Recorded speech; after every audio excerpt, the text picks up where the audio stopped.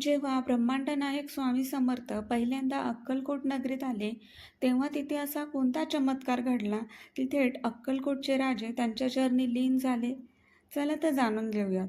स्वामी समर्थ मंगळवेढे आणि मोहोळ येथील आपला मुक्काम संपवून स्वेच्छेने अक्कलकोटच्या ग्रामद्वारी म्हणजेच वेशीवर आले. तिथे एका फकीराने त्यांची थट्टा करण्याचा प्रयत्न केला, पण स्वामींचे अद्भुत रूप पाहून तो जागीच थक्क झाला आणि त्यांना महासिद्ध समजून शरण आला.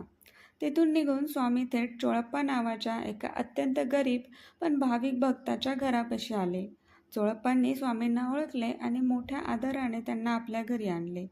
जणू गरिबाच्या घरी प्रत्यक्ष कामधेनूच चालून आली होती. जगात मोठमोठे योगी, तपस्वी मौन धारण करतात, अन्न सोडून ध्यान लावतात. पण स्वामी सांगतात की या सगळ्या साधना भाव आणि भक्तीशिवाय व्यर्थ आहेत. चोळप्पांकडे कोणतीही साधना नव्हती, पण त्यांची अथांग भक्ती पाहून स्वामींनी त्यांच्याच घरी भोजन केले आणि तिथेच मुक्काम ठोकला. हळूहळू स्वामींच्या अक्कलकोट प्रवेशाची आणि चमत्कारांची वार्ता संपूर्ण नगरात वाऱ्यासारखी पसरली. ही खबर जेव्हा अक्कलकोटचे राजे मालोजी राजे यांच्या कानावर पडली, तेव्हा ते स्वतः स्वामींच्या दर्शनासाठी चोळप्पाच्या घरी धावून आले.